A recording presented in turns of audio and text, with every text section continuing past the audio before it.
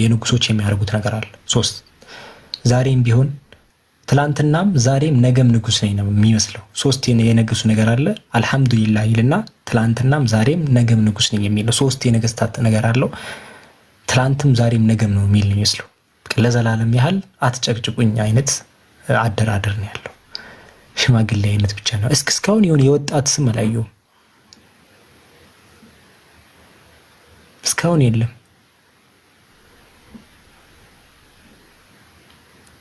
ሽማግሌ ብቻ ነው ያለው። ዱዓ አድርግልን አላህ ከጭንቀት ይገላግላችሁ። አላህ እንደዚህ ከዚያ ጭንቅላታችሁ ላይ የተሰበሰበው ነገር ያጥራላችሁ።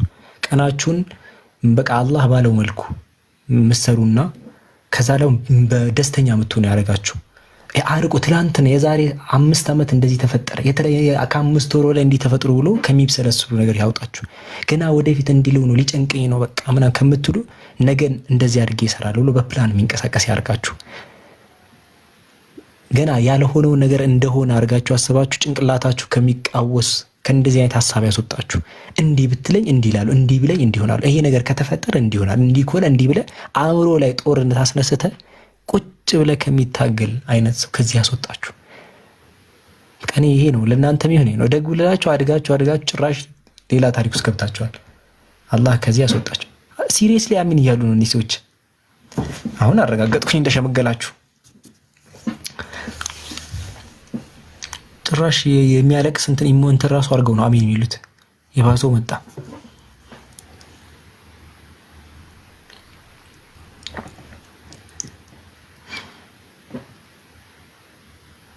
ታባቱ እሺ በቃ ሉጣ። አሁን ለማንኛውም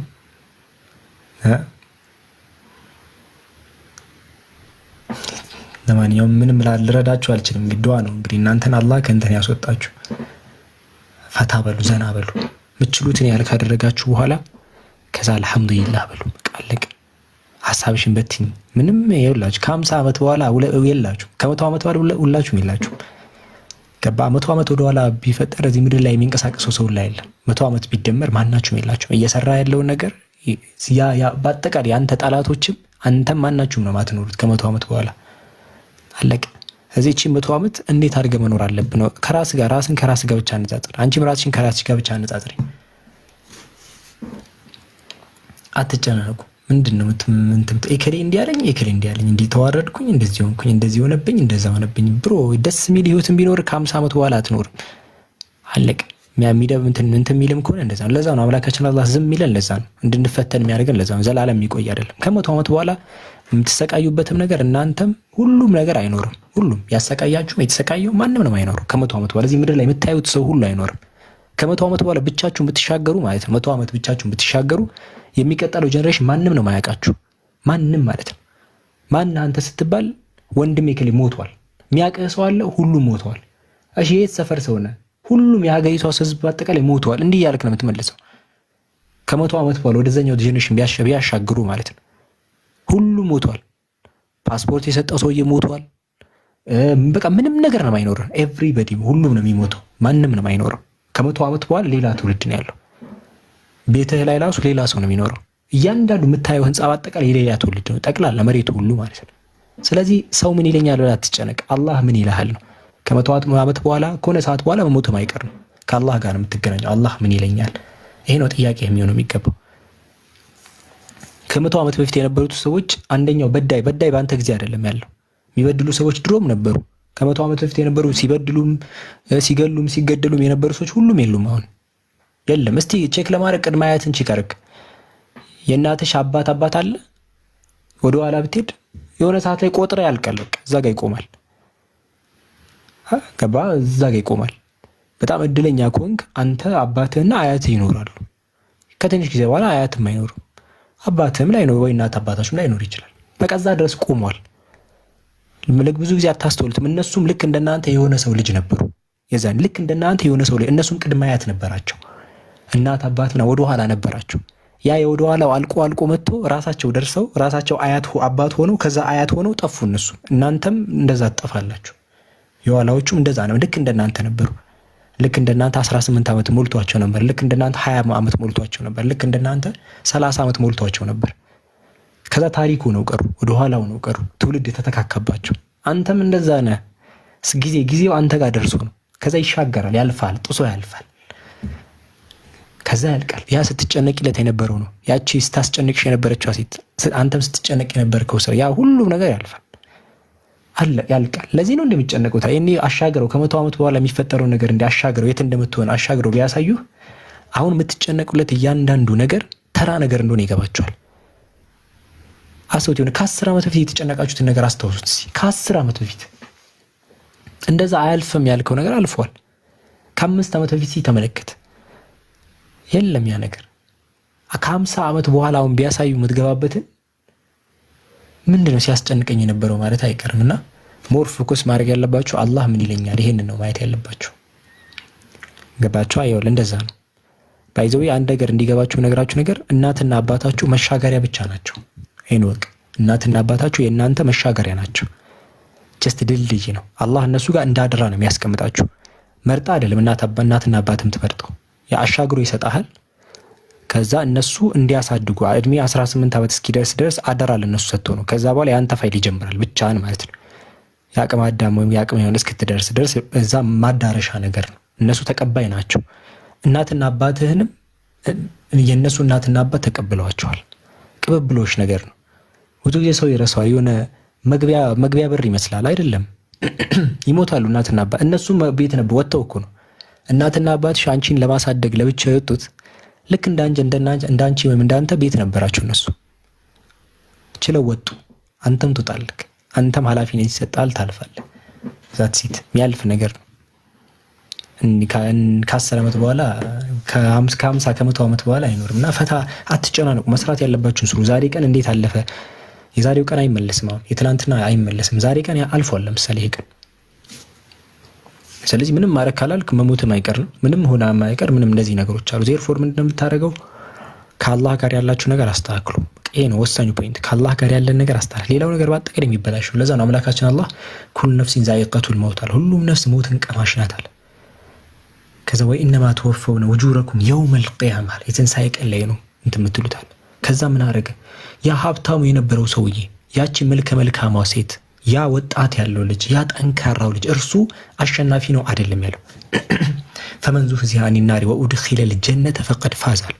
እርሱ ያ ከእሳት ነፃነ ተብሎ ወደ ጀነት የገባው ሰው እርሱ ፈቀድ ፋዝ አለ። እርሱ ያ ሰክሲድ አደረጋል። ከዛ ዞር ብሎ ወመል ሐያቱ ዱንያ ኢላ መታዕ፣ ያቺ ዱንያ ማለት ከሁላ የተመላለሰባት ነገር ዝም ብሎ ነገር ነው አለ። ገባ? እዚህ ጋር ፖይንቱ ሰክሲድ የምታደርገው ይሄ አሁን ይሄን የተጨነቃችሁበት ያላችሁ ነገር ወይ የሆነ የትምህርት ነገር ይችላል፣ ወይ የገንዘብ ነገር ሊሆን ይችላል፣ ወይ የሆነ ነገር እንዳለ እናንተ የተጨነቃችሁበት ነገር ከዚህ በፊት የነበሩ ሰዎች ተጨንቀውበት ማለት ነው። ያገኙት አግኝተውት፣ ያላገኙት ሳያገኙት፣ ሁለቱም ግን የሉም። አሁን ሁለቱም የሉም።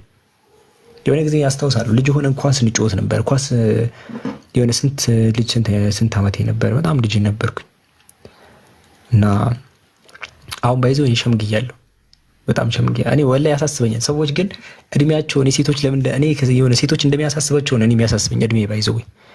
በቃ አሁን ራሱ ማመን አልችልም። 20 ውስጥ እንትን 20 ምናምን ውስጥ ሆኔ ያሳዝነኝ፣ በጣም ደነግጣለሁ።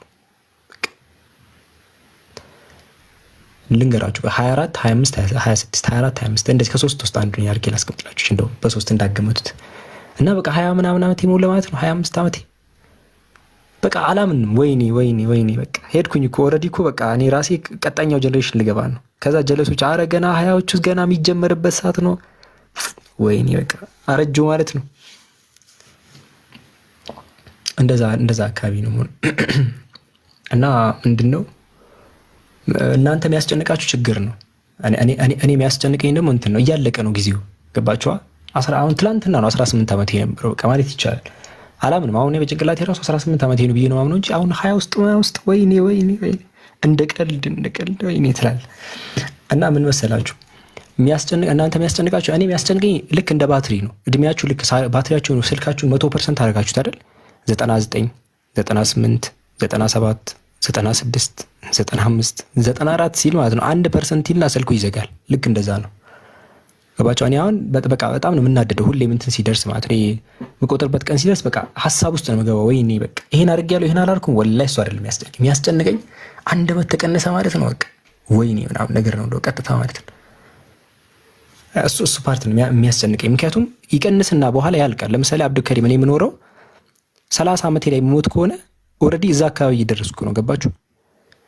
5 ዓመት ይቀረኛል ማለት ነው። 5 ዓመት 5 years left እንደዚህ ነው ወረቀቱ ላይ የተመዘገበልኝ እንደዛ ነው የሚቀረው። ያ አሁን በቃ ያሳስበኛል። ገባችሁ? እድሜ በጨመረ ቁጥር ወደ ሞት ነው እየሄድክ ያለው፣ ወደ ሞት እየተጠጋ ነው የምትሄደው። ከዛ ኦንሊ ቲንግ አብዱልከሪም ምን ያስጨንቃል ካልችሁ ይሄ ነው የሚያስጨንቀኝ። በቃ በጣም ነው በቃ እንትን ምለው ለኢላሂ ሹክ ነው። 3 ቀን 2 ቀን በቃ ድብርት ውስጥ ነው የምገባው። ወይኔ ትላንትና እንደዚህ ነበርኩ እንዲሆንኩ ማለት ነው በቃ ወይኔ ምናምን እንደዛ ነው። ምንም ነገር የሆነ ነገር የሚያስደብረኝ ይሄ ነው። ምክንያቱም እየቀነሰ ነው እድሜያችሁ በጨመረ ቁጥር ነብዩ ሰለላሁ ዐለይሂ ወሰለም ለምሳሌ 63 ዓመታቸው ላይ ነው የሞቱት አይደል? በቃ 63 ላይ የእሳቸው 63 ላይ ነው የነበረው። ከዛ ሄድ አይደለ 40 ዓመት ሞላቸው 41 42 43 44 እያለ ሲሄድ ወደ 63 እየተጠጋ ነው የሚሄደው። ልክ 63 ሲደርስ ሞቱ ማለት ነው። አንተም ወደ ሞት ነው እየተጠጋ ያለው። እድሜያችሁ ሲጨምር በጣም ከዚህ በኋላ የምትኖሩ ይመስላችሁ አይደል? አይደለም። አሁን በቃ ድፍን 25 ዓመት አብዱልከሪም አቤት 25 እኮ ኖረሃል እኮ በቃ እንደዚህ ነው የሚባለው። ገባችሁ? አሁን ይሄን ሁር ያለው ማለት 25 አላምንም፣ አልቀበልም፣ ወይኔ አልቀበልም፣ ይሄን አልቀበልም፣ ይሄን በቃ ማልቀበለው ነገር ማለት ልክ እንደዛ። ስለዚህ አትጨናነቁ። ሊያስጨንቃችሁ ብቻ የሚገባው አመታት ሲሄዱ ቁጥር ነው። ለዛ ነው ረመዳን አሁን ደርሷል። ይሄን ያመጣዋችሁ ምን ላችሁ እንደሆነ ታውቃላችሁ? ረመዳን ደርሷል። ረመዳን ላይ ሰግጠ ስራ 83 ዓመት አለ። ለይለቱል ቀድሪ ኸይሩ ሚን አልፊ ሸህር ይላል። አምና የነበሩ ብዙ በርካታ ሰው የነበሩ ግን ዘንድሮ ያልደረሱ ሰዎች አሉ። አንተ ይድላለክ ቢያንስ የእድሜያችሁ የሄደበት ያህል ሄዷል፣ ችግር የለውም። ግን ረመዳን እንዳያመልጥ በቃ ረመዳን ልክ አሁን ባይዘው ልክ ረመዳን እንዳለቀ መኪና የሚገጫችሁ ቢሆንስ? ልክ ረመዳን እንዳለቀ የሆነ አደጋ የሚደርስብህ ቢሆንስ? አልቋል በቃ። ማን ያውቃ? አላህ እኮ ነው የሚያውቀው። አሁን አላህ ነው የሚያውቀው። ቀናቱ ነገ ራሱን ሞት ይችላል፣ አይታወቅም። ግን እመኛለሁ ነገ መሞት የለበት። አረ ረመዳን ደርቼ ያ አላህ እንደዚህማ አይሆንም፣ መሆን የለበት። ብቻ ግን ረመዳን ገብቼ ከዛ አሁን በዚህ ሰዓት የሚያስጨንቀኝ እሱ ነው። አሁን ረመዳን ጨርሼ ከዛ ልሞት ተቀኖር ቢያንስ አትሊስት እቺኛው አሁን ኃይለኛ እድል ናት። ረመዳኑ ላይ ሰግጠህ ትሰራለህ 83ቷን 10ዋን ቀን ሰግጠህ እንትን ትላለህ። ሌሊቱን 83 ዓመት ሴኩሪቲ ታደርጋለህ። ከዛ ብትሞት ራሱ ገባ አሁን የራሴን 25 + 83 አድርገህ ገባ 30 ኖርማል ነገር ነው። ገባ 108 ዓመት ስለሆነ ፏ ብለህ ትገባለህ ማለት ነው። ገባ። ስለዚህ ዋናው ፖይንት ይኸውላችሁ መጨነቅ ያለባችሁ ስለ ዲን ነው መጨነቅ ያለባችሁ። ይሄን ነው እየነገርኳችሁ ያለሁትና ረመዳን አለ፣ ጠንከር በሉ፣ ዱዓ አድርጉ። እንትን ይሄ ረመዳንን የጾመ ኢማናን ወህቲሳበን አምኖ አላህ ይመነዳኛል ብሎ የጾመ አካል ወፊረ ለሁ ማ ተቀደመ ሚን ዘንቢ ብሎ ነብዩ ሰለላሁ ዐለይሂ ወሰለም ያለፈው ወንጀሉ ይማርለታል ብሏል። የቆመም ያለፈው ወንጀሉ ይማርለታል። ያለፈው ወንጀላችሁ ተምሩ። በተጨማሪ ደግሞ ከ1000 ወር በላይ የሆነ ነገር የምታገኙት በረመዳን የምታገኙት እንትኖች ጥቅማ ጥቅሞች ብዙ። ለዛን የአላህ መልእክተኛ ረመዳን ደርሶ ሳይጠቀምበት ያለው አላህ ከራህመቱ ያውጣው ወይም ደግሞ ያስወጣው ብሎ ዱዓ ያደረጉት ለዛ ነው። ሰው እንዴት የሆነ ለምሳሌ ወርቅ ምናምን ብዙ ያለበት ስፍራ ላይ ገብቶ እንዴት ነው የሆነ ውሰድ የምንችለውን ያህል ተብሎ ምንም ሳይዝ እንዴት ነው የሚወጣው? ገባችሁ? ምንም ሳይዝ እንዴት ይወጣል? ልክ እንደዛ ማለት ነው። ረመዳን ማለት ላይፋችሁ የምትቀይሩበት ነው። እስከ ዛሬ ድረስ ተጨመላልቀ ከነበረው ሁላ ማለት ነው። ይሄ ረመዳን ላይፍን ነው የሚቀይርልክ። ላይፋችሁ ሙሉ ነው የሚቀይረው። እስከ ዛሬ ያለፈውን ታችሁ ተውበት አድርጋችሁ የምትመለሱበት ፕላስ ደግሞ ራሳችሁን የምትሉበት ነው እና ይሄ ነው አሁን እየተጨነቀ አእምሯችሁ እየተጨነቃችሁ ያለችበት ነገር ተው። ሌላ አንድ ነገር ልንገራችሁ። ሌላ አንድ የሚያስጨንቀኝ ነገር አሁን ብዙ ጊዜ እኔ ባህሪን ካይታችሁ ከሆነ ብዙ ሰው ይጠይቀኛል። አንድ ሰው አንድ ጀለስ አለኝና እኔ ራሴን ልዩ አድርጌ ነበር የምወስደው አንተን እስካገኝ ድረስ አለኝ። አንድ ጀለስ አለኝ። ባይዘው ምንም ነው ኬር ማላደርገው። አንድ ከባህሪ የምወደው ነገር እሱ ነው። ማንም ይሁንማ ኬር አላደርግም ጭራሽ ማለት ነው። ጭራሽ ኬር ማያደርግ ሰው ታውቃላችሁ? ጭራሽ ነው ኬር ማላደርገው ለምንም ነገር ማለት ነው። ኬር ማድረግ ስላችሁ የሆነ ለሰው ሀሳብ አያስጨንቀኝም። ያ ነገር እውነት ነው ወይስ አይደለም የሚለው ነው የሚያስጨንቀኝ። ሀሳቤን ለማቅረብ ምንም አልፈራም። ማንም ሰው ጋር ቢሆን ማለት ነው። ማንም ይሁንማ ያ የራሴ የኔ ባህሪ ነው። ወደዚህኛው ባህሪ የመጣሁበትን ነገር አንድ ነገር ልንገራችሁ። ይኸውላችሁ ዛሬ ብትሞት ማለት ነው እያንዳንዱ የሚያለቅስልህ ሰው ቤተሰቦች ናቸው ቢበዛ ማለት ነው። እናት ወንድም ምናምን ናቸው። እነሱም ከ10 ቀን በኋላ አብዱ ከሪም እኮ ሞታል በቃ አሁን እናቴ እርግጠኛ ነኝ እንደዚህ እንደምትል በቃ አታልቅሱ ምናምን ነገር። አባቴ ራሱ አዎ ሞቷል በቃ አይዟችሁ አብሽሩ ምናምን። እኔ ሞቼ አብሽሩ ይላቸዋል ሊያለቅሱ የመጡትን። ይሄን አውቃለሁ እኔ አሁን እርግጠኛ ነኝ ማለት ነው። ይኖራሉ ፏ ብለው ማለት ነው። እኔ ሞቼ ይኖራሉ ዘና ብለው ማለት ነው። ማለት አላያችሁም? ሰው እየሞተ እንዴት ነው ዓለም ፀሐይ መውጣቷን አቆመች? ዝናብ መዝነብ አቆመ? እስቲ የሆነ ሰው ሲሞት አይታችሁ አታውቁም? እንዴት ነው ኤኬሌ ስለሞተ ፀሐይ መውጣት አቆመ? ስራ አቆመ? ዝናብ መዝነብ አቆመ? ሰው መንቀሳቀስ አቆመ? አላቆመም። ህይወት ይቀጥላል። አንተ ጠፍተህ ማለት ህይወት ይቀጥላል። ምንም ነገር የለም። እኔ ጀለሶች አሉ፣ የሞቱ ጀለሶች ነበሩኝ አሉ፣ በጣም ቅርብ ጀለሶች ምናምን ማለት አንድ ልጅ ያለው ብዙ አይቻለሁ። በቃ ዋይ ምናምን አሉ ቤተሰቦቻቸው። እኔ አንድ ጎረቤት የነበረች የሆነች ሴትም ነበረች፣ አብረን ነው የምንማረው፣ አላህ የጀነት ያርጋትና ግን በቃ ሞተ። ግን ሰዎቹ ላይፋቸውን የኖሩ ነው። አስቡት። እኔ አሁን ሳስበው ራሱ እንትን ይለኛል። የሆነ አንድ ጀለሳል ኳስ እንጫወት ነበር እሱ በመኪና አደጋ ማለት ግን አሁን ቤተሰቦቹ አሉ ዘና ብለው፣ ወንድሙ ምናምን ፏ ብሎ ነው የሚኖረው ምናምን ነገር ረስተው ዘና ብለው ነው የሚኖሩት። እናትና አባታችሁ እኮ ማለት ነው እናትና አባታቸውን የቀበሩ ሰዎች ናቸው። ሰው እናትና አባቱን ከቀበረ እና በሰላም ከኖረ ማለት ነው አንተ ማን ሆነ ነው አንተ ሞታ ዓለም የሚቆመው? ኖ ዋን ኬርስ። ይኸውልህ ለራስ ብቻ ነው ተጠንቀው። የሚያስጨንቅህ ነው አላህ ራሱ ተናግሯል። የቂያማ ቀን ላይ አንድ ሐሰና ከአባታችሁ ወይም ከእናታችሁ የሆነ አንድ መልካም ስራ ብትጠይቋቸው አይሰጧችሁ። ጀሃነም ሊገባ ነው ስጠኝ ይሄን ያህል ብትሉት አይሰጣችሁ። ተረዳኝ አይደለ? ስለዚህ ምንም እንዳትጨነቅ፣ ለሰው ለምናምን እንዳትጨነቅ። ገባህ? ያ ነው ፖይንት። አትጨናን በቃ ምንም ለከሌ ምናምን እንደዚህ ሼም ምናምን የሚባል ነገር የለም። በትክክል ለአላህ ሼም ከያዘ ለአላህ ያዝክ። በቃ የሚጠይቅ አላህ ነው። የምትገናኘው አላህ ጋር ብቻ ነው። አላህን ብቻ ውደዱት ያ ጀማ። የምትወዱት አላህን ብቻ ይሁን። በፍጹም የምትተማመኑት አላህን ይሁን። በቃ ስታስከፉ ልባችሁ የሆነ ኢከሌን እኮ አስከፋውት ስትሉ መከፋት ያለባችሁ ከልባችሁ አላህን ብቻ ይሁን። በቃ አላህ ነው ከእናንተ ጋር የሚሆነው። ሚዳኛችሁ መቃብር ስትገቡ ብቻችሁ ነው የምትገቡት። አላህ ነው ከእናንተ ጋር የሚሆነው። የትኛውም ቦታ ላይ ተሸክመው ያደርሷቸዋል። ማንም ኢከሌ መቀበር የለበትም ቤቴ ይቀመጥ የሚል የለም። ልክ እንደ ሞት ያነሱና ይሰግዱብን አንጠልጥለው ጉድጓድ ቆፍረው ያስገባዋል። ከዛ ይመለሳሉ። ማንም እንትን አደርሰው ይመለሳሉ ፏ ብለው ማለት ነው። ከዛ ከ3 ወር በኋላ የለም ከ15 ቀን በኋላ ድንኳን ይነሳል ምናምን ነገር የለም። በቃ ይህ ላይፍ ይቀጥላል። ምናልባት በአመቱ ሊያስታውሱ ይችላል። ወይኔ እንትና እኮ የዛሬ ዓመት ነው የሞተው ምናምን ይልሻል። 2 ዓመት ምናምን ሲሞላ በቃ ትረሳለህ። የለም ምንም ነገር የለም። ትረሳለህ ሊትራሊ። ገባህ? ትረሳለህ ኦብቪየስሊ። አሁን በዚህ ዘመን እንኳን ላት ተትቷል። በዚህ ዘመን ለቅሶ ምናምን ኖርማል ነገር እንደ እንትን ሆኗል። እኔ አሁን ድሮ ያለው ለቅሶና ዛሬ ያለው ለቅሶ አንድ አይደለም። ድሮ በቃ ለቅሶ ሲሆን ሰፈሩ ሙሉ ነው የሚቀወጠው። በቃ እንትና ሞቶ ምናምን ተብሎ በቃ እዛ ሰፈር ማታውቁትን ሰው ራሱ ማን ነው ይሄ የዚህኛው ቤት እናትየዋ አለች የእሷ የወንድሟ ያክስቷ ልጅ ነው የሞተው። በቃ እንደዚህ ተሰማላችሁ ሁላ ምናምን ነገር ለቅሶ መሰው ጎረቤቶች ማያውቁትን ለቅሶ ይሄዳሉ ምናምን ነገር። አሁን ለቅሶ አለብኝ ከሳት ትመጣለህ አልመጣም የሆነ ለቅሶ አለ ማን ይመጣው እኔ እንጃ የሆነ ብቻ የሆነ አንድ ሰው አለ። እስቲ ደርስ ብለን መለስ እንላለን። እስቲ ደርስ ብለን በቃ በዚሁ እንሂዳ ደርሰን ብንሄድስ በቃ ደርሰን መሄድ እንችላለን። ፈታ ብሎ ትቀመጣለህ። የሆነ ምግብ ይቀርብልሃል።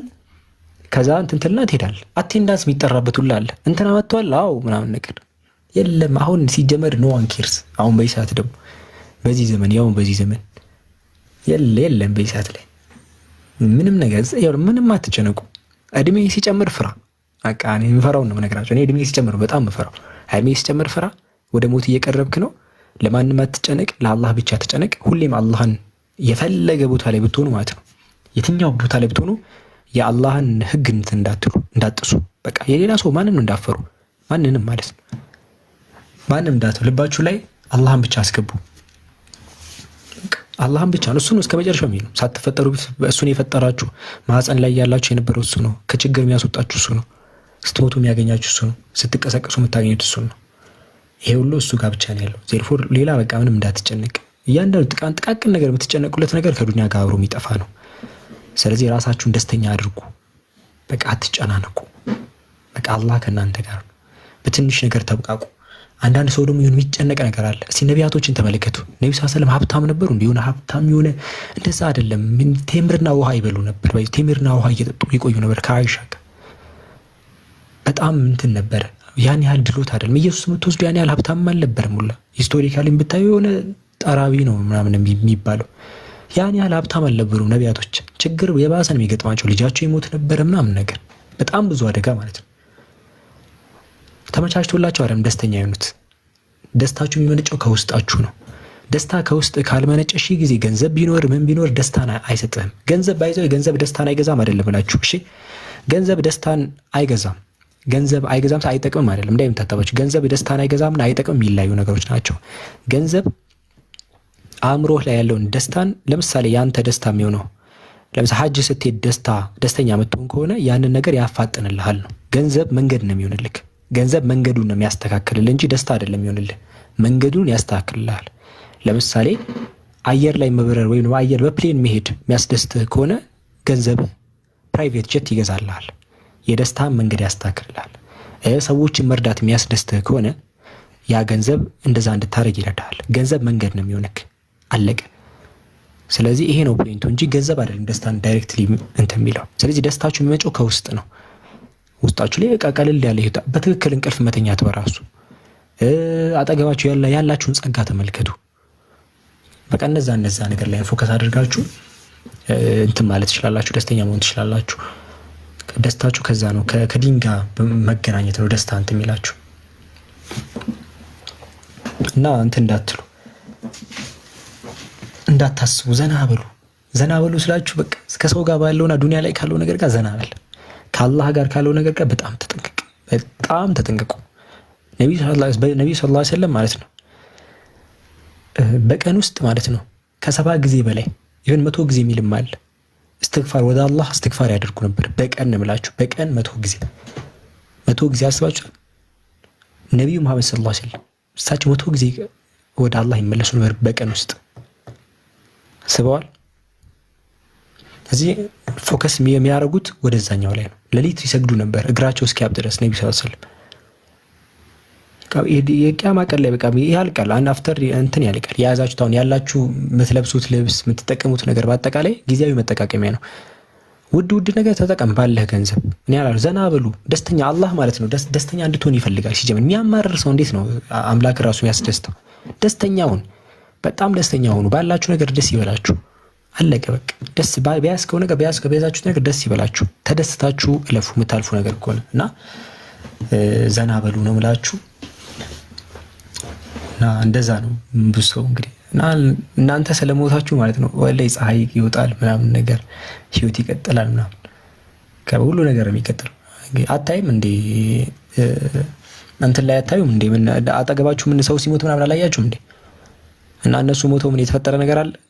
የለም። ይኸው እኔ ራሴ ላይቭ ገብቻለሁ እየሳኩ ነው ሁላ ገባ። ስንት ነገር ይኸው ኢንተርኔት ምናምን አለ ሁሉ ነገር ፈታ እያለ ነው ሰው። አንተ ስለሞት ከአንቺ ስለሞት ምንም የሚፈጠር ነገር የለም። ስትሞት ራስህ ነው ህይወት የሚቋረጠው። ከዛ ከስራህ ጋር ነው የምትገናኘው። ድጋሚ መልሱ የሚባል ነገር የለም።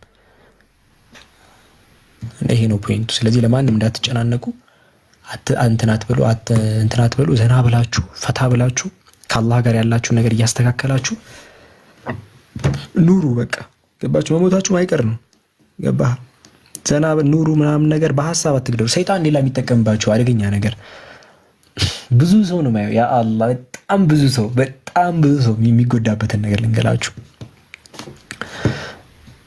ዛሬ ለምሳሌ ነገ ነጋም አሁን ዛሬ አለች፣ ነገ መጣ፣ ነገ ነጋ።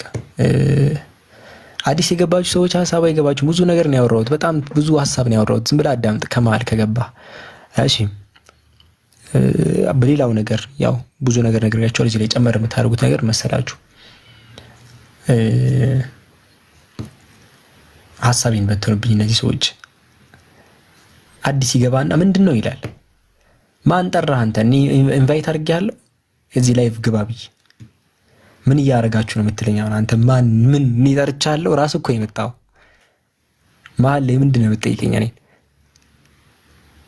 ምን አይነት እሺ፣ ወደ ሐሳብ ይምጣሽ። ምክሩ ገደል ገባው ይለኛል። ምክሩ ላይ እኮ እንደዛ አትጨናነቁ እኮ ነው ያልኳችሁ። ምክሩ ላይ ኤቭሪቲንግ ምን ያው እንደናንተ ላውራ እንደሸመግላችኋል እናንተ። ይሄ ሰው ከምን አንጻር እንደዚህ ነው ያለው ብለዋል። እንደዛ አይደለም። ይኸውልህ ገባ።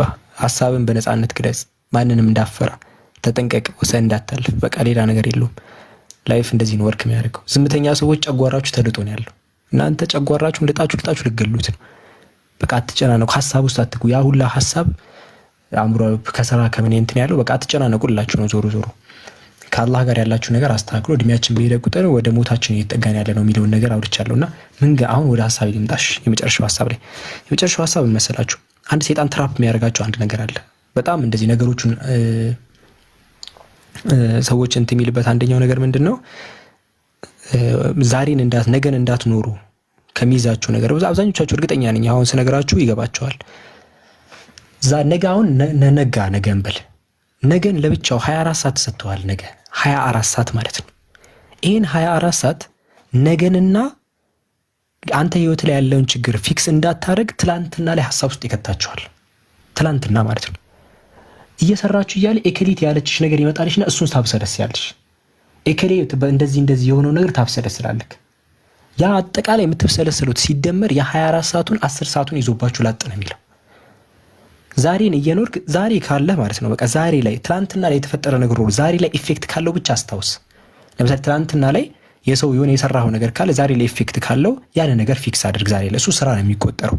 ሐሳብ ግን ዛሬ ላይ ካላችሁ ነገር በአጠቃላይ ያን ነገር ፊክስ ነው የምታደርጉት።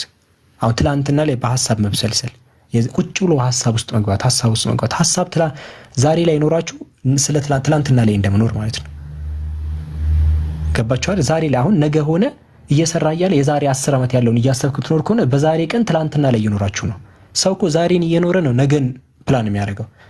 አንተ ዛሬ ላይ ሆነ ትላንትናን እየኖርክ ነው። ስለዚህ በተሰጠህ ጊዜ ትላንትና ላይ ነው ኢንቨስት እያደረክ ያለው። 24 ሰዓት ሲሰጡ ከ10 ዓመት በፊት ታስብበታለህ። 24 ሰዓት ሲሰጡ ከ10 ዓመት በፊት እኔ አላህ በጣም ቸር ነው ባይዘው። እኔ በሆነ ወስድባችሁ ነበር ይሄንን ልክ ታስባለህ አይደል? ይቀነስብሃል። 24 ሰዓት እኮ የተሰጠህ እኮ ትላንትና እንድታስብበት አይደለም፣ ዛሬ ኖረ ወደፊት እንድትኖር። እንደውም ቀንሱበት ነበር ብለው። እኔ አላህ በጣም አዛኝ ስለሆነ ነው መብቱ የሰጠ ቀን ይሰጣል። አዳዲስ ቀን አንተ ትላንትናን ታስብበታለህ። 24 ሰዓት ይሰጣል። ዛሬና ነገን ከማሰብ ይልቅ ትላንትና ሄደህ ታስብበታለህ። እንደ ጊዜ ቀልድ እኮ አይደለም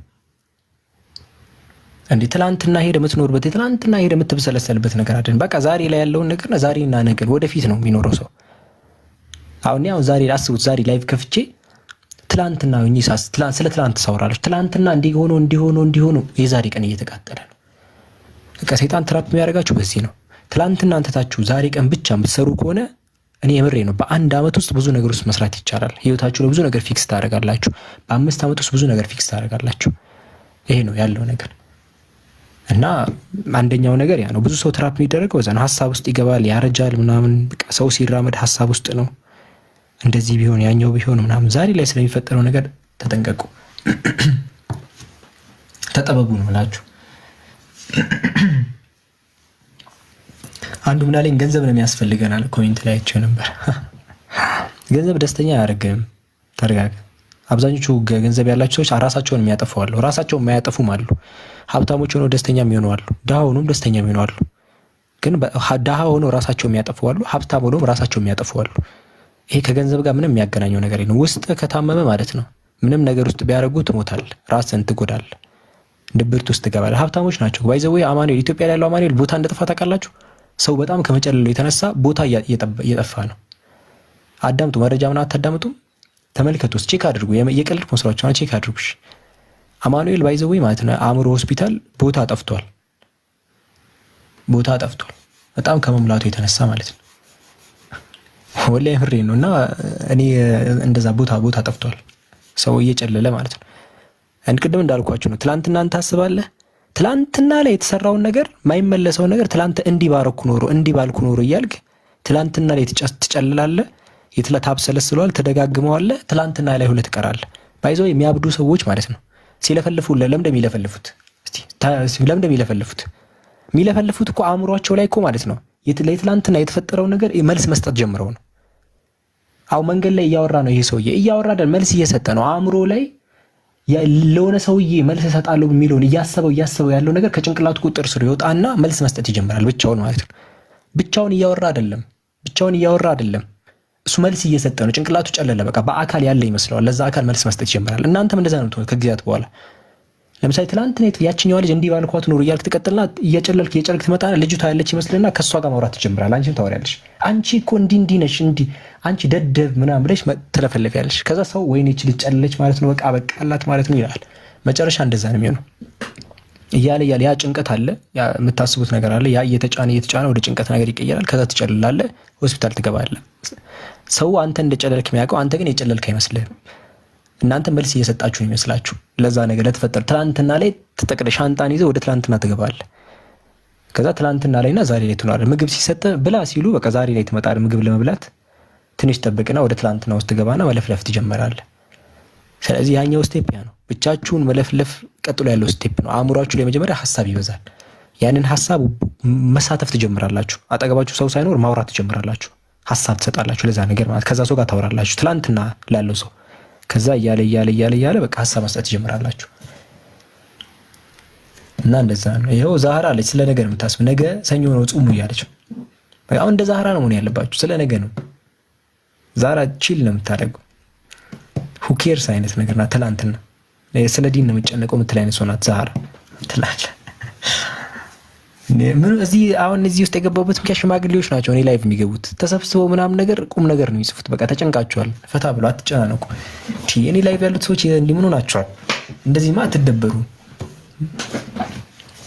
እንደዚህ እንትን ተመልከቱ። በጣም ትላልቅ ሰዎችንም ተመልከቱ እስቲ። እኔ ባይዘው አንድ የምመለከተውን ነገር ይላል እንገራችሁ። በጣም ትላልቅ ሽማግሌ ሰዎች የሚሰጡትን ሀሳብ ቪዲዮ ላይ እከታተላለሁ። በጣም እከታተላለሁ።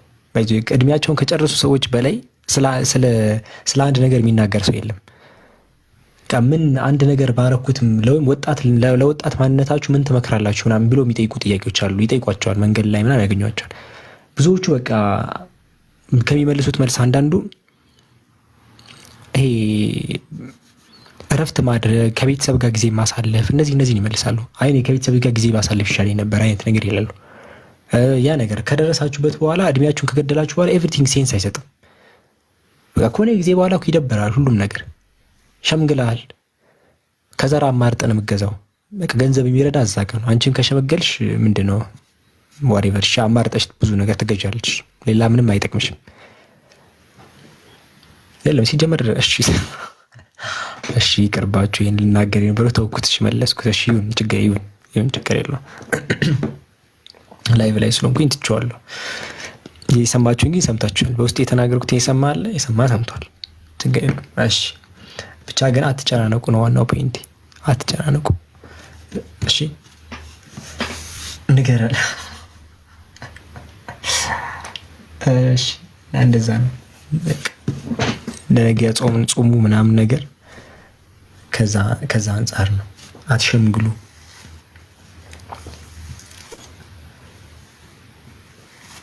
እና ከዛ አንጻር ነው እንግዲህ ብዙ እንትን አላችሁ።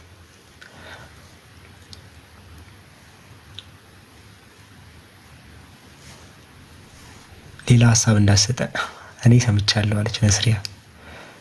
እሺ እንደዛ ሰላም ዛህራ ተኛ እያለች እሺ ጀዛኩ ረመዳን እሺ ተማሪ መሆን ይጠቀም። እሺ ይሄ ነው ያለው ነገር። ዛህራን ፎሎ አድርጓት ምናምን ነገር። ዛህራ እንትን በይልኝ እስቲ።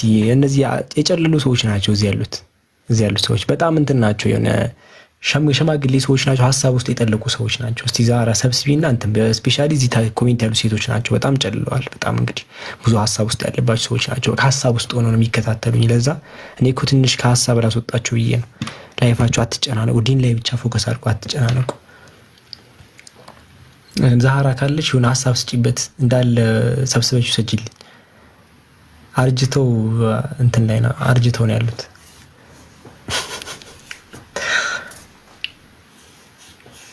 አማኑኤል ሞልቷል። ያጀማ አማኑኤል ራሱ ጠራ ያለ ቦታ አይደርሳችሁ።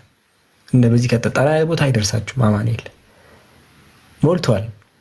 ቦታ ራሱ ካገኛችሁ የሆነ የተለቀቀ ቦታ ነው የሚኖረው ምናምን። ጠራ ያለ ራሱ አይደለም።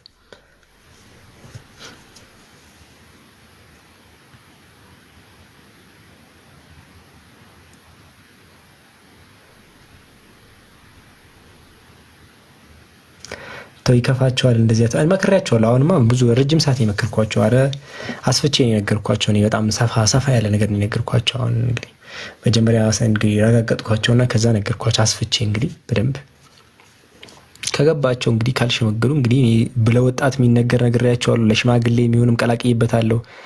በእንትን በከዘራ ለሚሄዱትም ቀላቅያለሁ። ለአሮጊቶች የሚሆን ነው። አንድ ላይ ነው ጠቅለል ያለ ምክር ነው የሰጧቸው። ለሁሉም ይሆን እድሜያቸው መለየት ስላቃተኝ ሰብስቤ ነው ያስቀመጥኩት። ለሁሉም ይሆናል ያልኩትን እንትን ያልኩት።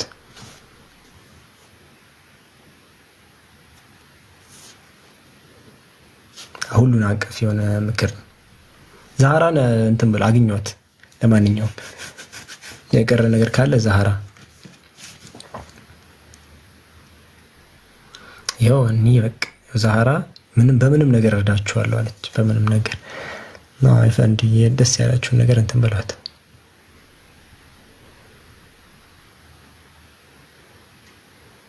አቅ አትጨናነቁ።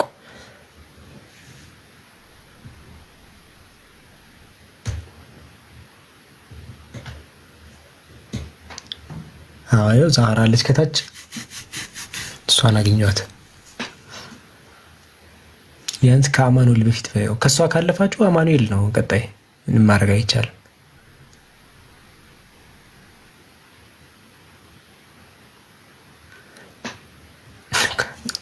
ዛህራ ኮሜንት የሚጽፉትን እኮ አይቼ እኮ ነው ሸምግላችሁ ያልኩት። ይጽፉልኝ ራሱ ከባድ ነው የሆነ ጀዛከላሁ ኸይር ወንድማችን አረብኛ በምናምን ኖሩበት ነው የሚጽፉት። ከዛ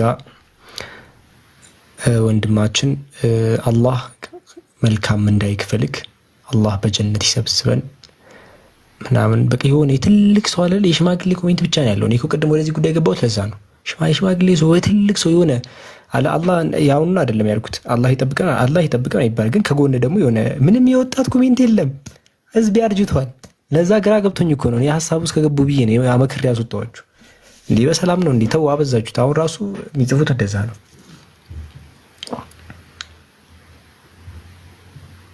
ጥቅስ ላ የሚጠቅሱ አሉ። ፊደል አትሳሳቱ። ምን የተሳሳተ ፊደል ራሱ ነው። አሁን ሰው ይሳሳታል። ምንም ፊደል ነው ፊደል የተሳሳተ የለም።